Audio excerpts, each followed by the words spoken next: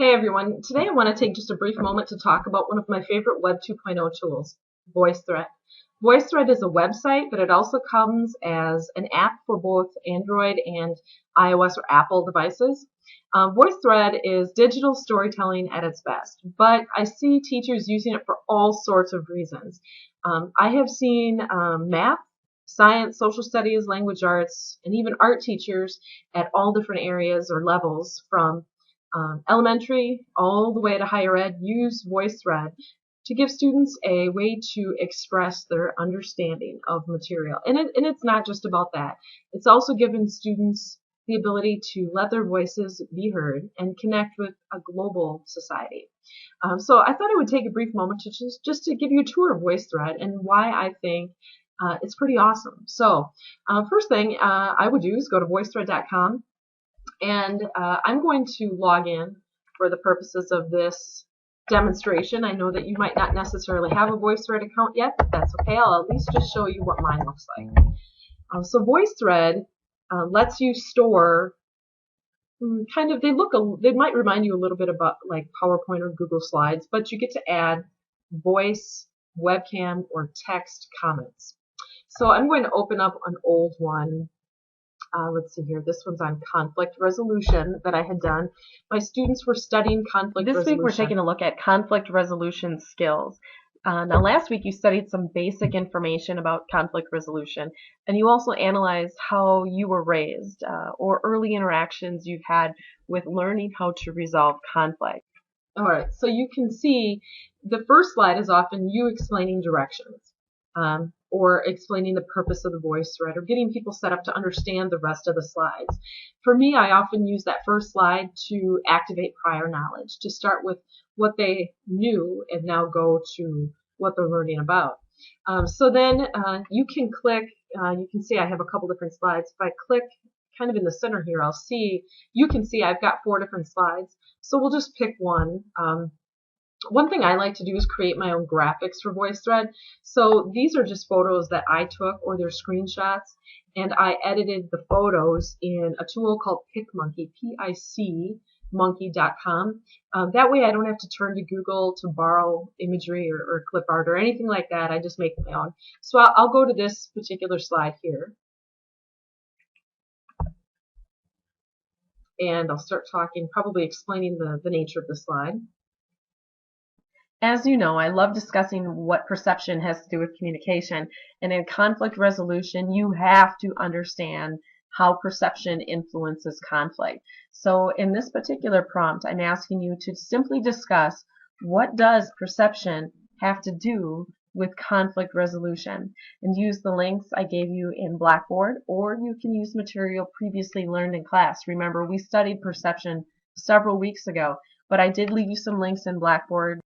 Okay, so in this experience, I am using VoiceThread to replace a discussion board. So we used to do discussion boards in an online environment, and I found that we were very disconnected. But when I switched to VoiceThread, students felt like they got to know each other so much more. They felt more connected to me because they could see me and hear me, and they could respond via video or audio. I didn't let them do texting. I wanted them to go a little deeper, take a few more risks. In this case, I had them refer to material that they learned in previous classes, their prior knowledge, but then I also told them to refer to texts I've assigned in class and respond on the VoiceThread. So this is just one experience of how I've used VoiceThread, but I noticed that you can look for all sorts of ways that teachers have used VoiceThread. So I noticed if I signed out of VoiceThread, I'm able to look at some selections. So I'm going to go back to the VoiceThread homepage. All right, and when you scroll down to the bottom, there's all sorts of things for you to read here on how to use the tool. But what I've noticed under the About section is a digital library. So when I click on the digital library, I see some disciplines. So I'll pick, say, social studies. And then I see some exemplary kind of text, or samples. So I'll take 3rd grade school community. So first of all, I see a description, some tools, some explanations, and I see a sample VoiceThread down here. So you can click play. Hey, do you think our school community looks like her operation because we include. And the student is probably responding or explaining the slide. And I noticed that there's multiple slides I can take a look at. If you see multiple slides, usually there's like more than one block here. This one must only have one. Yeah, these are just people responding. Whereas if there were multiple slides, you would see multiple squares down here. Anyway, so I see there's math, there's English language arts, so take a look at that. Even if you don't have a Voicethread account yet, that's fine, because you really can still look around. I've also noticed that I jumped on Twitter and did a search for Voicethread, and I found, well, lots of tweets from the Voicethread, of course, but I also saw tweets of other people just talking about their use of Voicethread, the tool. So check that out too. You can try to go to YouTube and see, but I found more instructional videos there. I didn't think they were as helpful. Now, one thing I like to do is discuss or brainstorm every tool I try to integrate in the classroom. I always compare it against what's called the SAMR model. And that helps me decide, is my tool, is it just enhancing or is it really transforming my classroom or transforming the way I teach? And of course, enhancement is good, okay, but I really like to shoot for the transformative piece.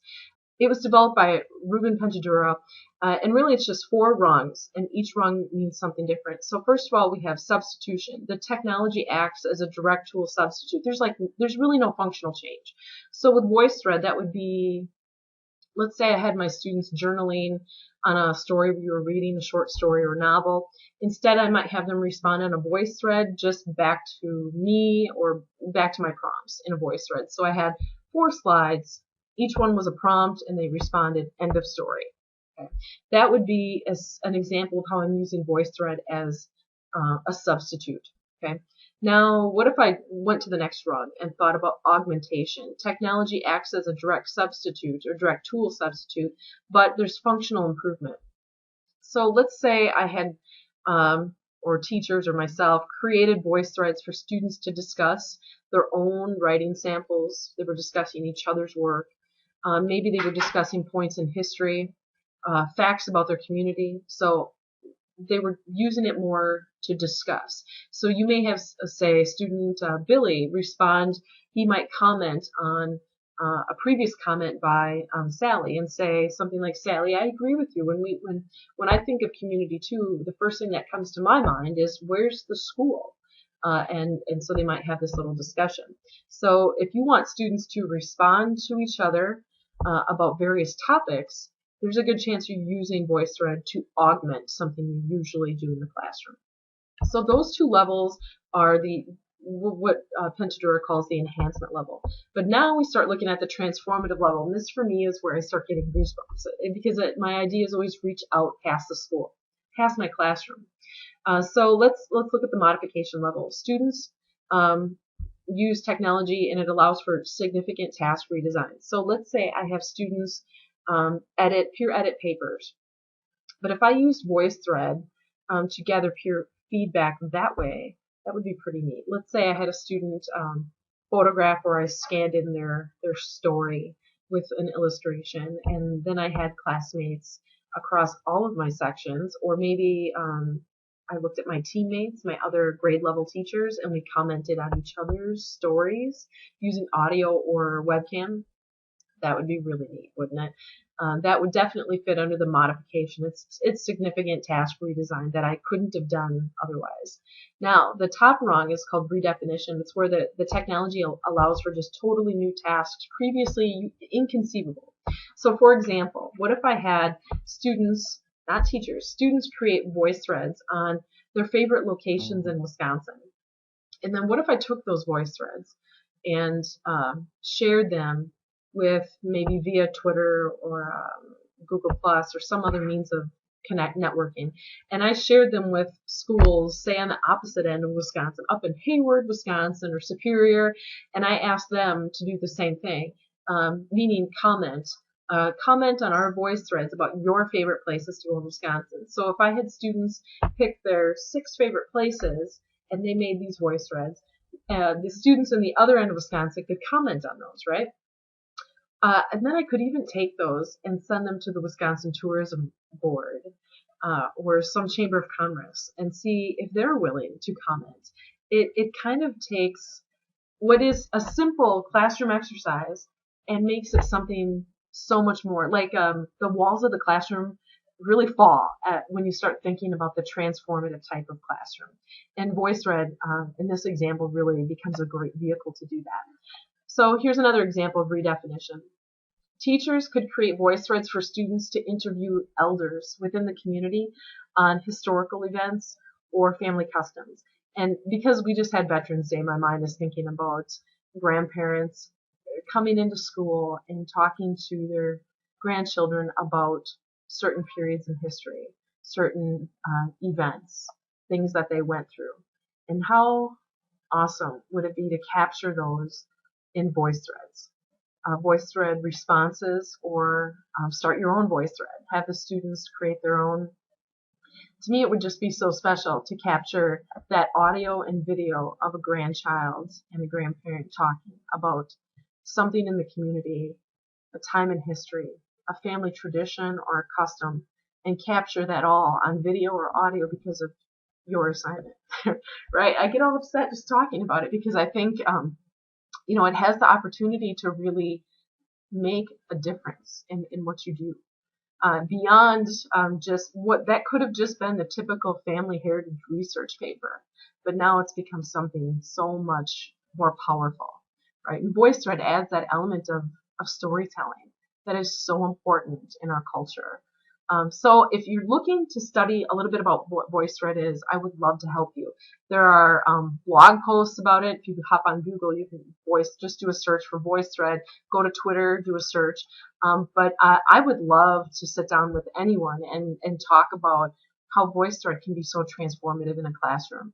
And even if you don't shoot for those top runs, it still is a valid tool to enhance your classroom, to give students the ability, chance, the opportunity to communicate, to share, to express ideas in ways that they hadn't before.